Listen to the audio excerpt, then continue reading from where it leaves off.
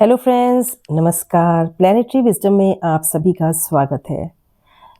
आपको पता है आज मैं एक बहुत ही ख़ास टॉपिक लेकर आई हूँ क्योंकि बहुत से लोग इस टॉपिक को जानने के लिए बेताब हैं और उन्होंने मुझे पर्सनली रिक्वेस्ट की है कि आप एक ऐसा छोटा सा टॉपिक आप इंट्रोड्यूस करें ताकि जितने भी लोग इस समस्या से जूझ रहे हैं उनको थोड़ा फ़ायदा हो जाए।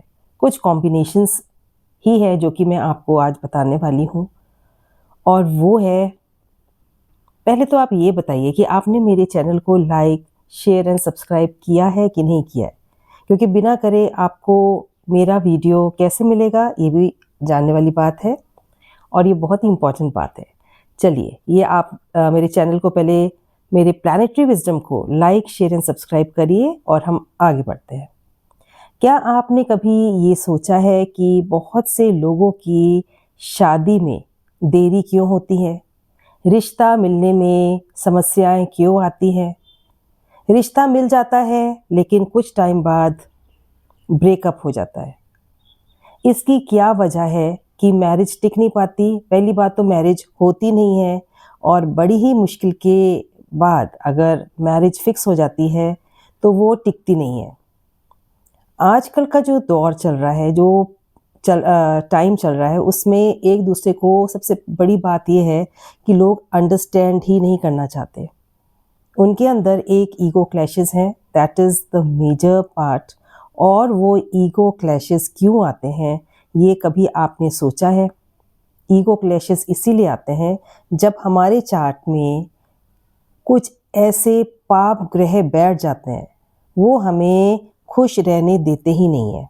इन सब का हल हो सकता है, इन सब का हल ज़रूर होगा और इसको जानने के लिए आप मेरे चैनल को, मेरे वीडियो को शुरू से लेके एंड तक ज़रूर देखिएगा क्योंकि मैं आज आपको कुछ कॉम्बिनेशंस के बारे में बताने वाली हूँ सबसे पहले, और उसकी मैं रेमेडी भी बताऊंगी कि आपकी अगर मैरिज में डिले हो रही है, रिश्तों में दरारें आ रही हैं, रिश्ता टिक नहीं पा रहा है, ईगो क्लैशेस बढ़ते जा रहे हैं, तो हमें क्या करना चाहिए?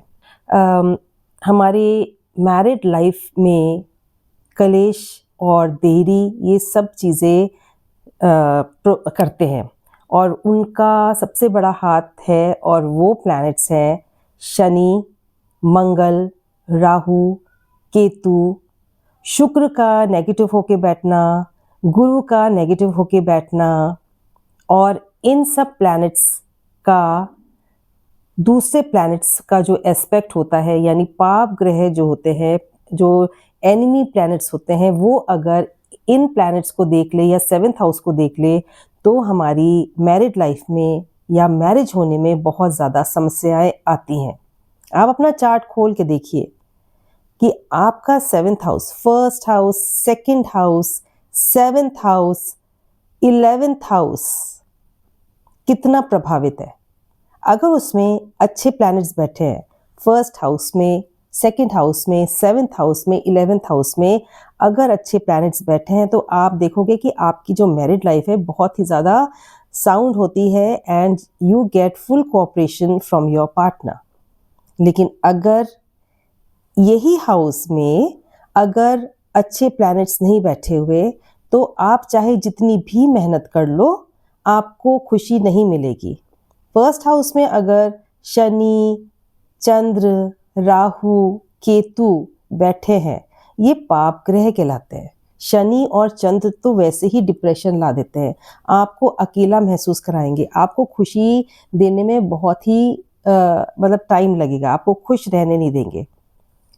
केतु बैठ जाते हैं तो केतु तो आपको अनसेटिस्फेक्शन ही देगा। आपके अंदर एक डिज़ायर होगी आपके लाइफ पार्टनर की कि वो ऐसा होगा, लेकिन वो आपको नहीं मिलेगा। अगर राहु बैठ गया है तो राहु अगेन इट डिपेंड्स वो किस घर में बैठे हैं। अगर राहु ऊंच के बैठे हैं फिर तो बहुत अच्छी बात है, फिर तो आप खुद भी डोमिनेट कर सकते हो। लेकिन अगर राहु खराब होके बैठे हैं तो आपको फिर चैलेंजेस आएंगी लाइफ में। Second house is related to our family, हमारा जो फैमिली बॉन्डिंग होता है वो कैसा होता है। अगर सेकंड हाउस भी प्रभावित है, नेगेटिव प्लैनेट्स बैठे हैं गलत प्लैनेट्स का उन पर एस्पेक्ट है, तो आप अपनी फैमिली को बाइंड करके नहीं रख सकते। 7th house is as usual it is the house of partnership. Partnership तभी स्ट्रांग हो सकती है जब उसमें अच्छे प्लैनेट्स बैठे हों। अगर मंगल बैठा है, राहु बैठा है, तो वो मैरिज को तोड़ देता है या वो मैरिज के चांसेस को डिले करता है। सबसे बड़ा कारक है शनि। शनि अगर 7th हाउस में बैठे हैं तो वो बहुत ही ज़्यादा डिले कर देते हैं आपके लाइफ पार्टनर को ढूंढने में। और एक कारण है, अगर आपका शनि अपने ही घर में बैठे हैं 7th हाउस में, तो डिले तो होगा, लेकिन आपको जो पार्टनर मिलेगा वो बहुत ही ज़्यादा ज़बरदस्त मिलेगा। यानी इट विल बी डिलेड, लेकिन जब कुछ चीज़ें डिले होती हैं वो बहुत अच्छे रिजल्ट्स भी लेकर आती है। तो हमने अपने इन चार्ट्स, जब भी हम चार्ट रीडिंग करते हैं, हमने स्पेसिफिकली इन हाउसेस को गौर से देखना है कि इन हाउसेस में प्लैनेट्स कौन से बैठे हैं और उनमें कौन से प्लैनेट का एस्पेक्ट है। शुक्र और गुरु का यानी जुपिटर एंड वीनस का बहुत इम्पॉर्टेंट रोल होता है हमारी मैरिज में और हर चीज़ में बेनिफिट्स लाने का, because Venus is a planet that gives you a lot of luxury things. अगर वो 7th हाउस में अच्छी स्थिति में बैठे हैं तो आपको आपका जीवन साथी बहुत ही सुंदर मिलेगा और बहुत ही लग्जरी पसंद इंसान मिलेगा। लेकिन अगर इसका ऑपोजिट होता है कि अगर शुक्र खराब होके बैठे हैं आपके 7th हाउस में, तो आपको बहुत सी समस्याओं का सामना करना पड़ सकता है। इन द सेम वे गुरु अगर नेगेटिव होके 7th हाउस में बैठे हैं तो आपको आपका पार्टनर ढूंढने में बहुत ज़्यादा दिक्कतें आएंगी और डिले होगा। मैरिज में आपको पार्टनर ढूंढने में बहुत डिले आएगी, आपकी एज बढ़ती जाएगी and it is like a rough idea. जो मैंने आज तक अभी तक जितने भी मैंने चार्ट्स देखे हैं उसमें यह है कि अगर गलत प्लैनेट्स बैठते हैं तो 35 की एज के बाद, यानी डिले ही है, उसके बाद ही आपको आपके पसंद का जीवन साथी मिलता है। अब हम बात करेंगे कि हम इसकी रेमेडी क्या करें। देखिए, अगर शुक्र खराब होके बैठा है तो आप एवरी फ्राइडे लाल गुलाब की माला माता रानी को पहनाना शुरू कर दीजिए। आप देखोगे जैसे जैसे आप ये कार्य कर रहे हो, आपके प्लैनेट्स, आपका जो वीनस है जो कि खराब होके बैठा है, वो धीरे धीरे ठीक होना शुरू हो जाएंगे और माता रानी की कृपा आप पर बनेगी and you will get a good life partner. अगर शनि खराब होके बैठे हैं तो शनिवार का उपाय करिए, शनि मंदिर जाइए, काली उड़द या सरसों के तेल का दीपक ज़रूर जलाइए। अगर गुरु खराब होके बैठे हैं, क्योंकि गुरु और शुक्र यही एक इम्पॉर्टेंट प्लैनेट्स होते हैं जो कि मैरिज के कारक होते हैं, और अगर गुरु प्रभावित है तो थर्सडे वाले दिन आपने गाय को भीगी हुई चने की दाल खिलानी स्टार्ट कर देनी है।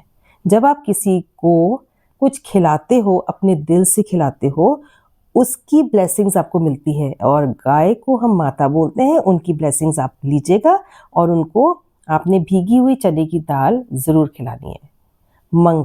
मंगल अगर खराब है तो वो रिश्ता जुड़ने नहीं देगा, वो हमेशा तोड़ता है। शुक्र मंगल बैठ गए, वो आपका रिश्ता तोड़ेगा। तो मंगल के लिए आपने हनुमान चालीसा पढ़ना स्टार्ट करना है, ये आपको और चीज़ों से भी बचाएगा। और ट्यूसडे आप हनुमान मंदिर जाइए, आप प्रसाद लेकर जाइए, या आप हनुमान जी को आपने चोला चढ़ाना है, जैसे कि हम कहते हैं कि आपने जो ऑरेंज कलर का सिंदूर होता है वो चढ़ाना है और चमेली का तेल चढ़ाना है। ये आप कॉन्स्टेंटली करिए। जब आप ये उपाय करते हैं ना तो आपके जो प्लैनेट्स है ना वो धीरे धीरे नॉर्मल होने शुरू हो जाते हैं। जितने भी नेगेटिव इफ़ेक्ट्स आपको मिल रहे हैं वो ठीक होने स्टार्ट हो जाएंगे। आपको मेरी जानकारी जो मैंने आपको आज दी है वो आपको कैसी लगी, आप प्लीज़ मुझे कमेंट ज़रूर करिएगा। और प्लैनेटरी विजडम पे बने रहने के लिए और मेरा वीडियो ध्यान से सुनने के लिए आप सबका बहुत बहुत धन्यवाद। आप ऐसे ही मेरे साथ जुड़े रहिए, आपको मैं एस्ट्रोलॉजी सिखा दूंगी, वो भी फ्री में। आप बस इसको फॉलो करिए, इसको शेयर, लाइक, सब्सक्राइब करिए ताकि आपको मेरा वीडियो जल्द से जल्द मिल जाए। जैसे ही मैं अपलोड करूं, आपको साथ साथ मिलना शुरू हो जाए।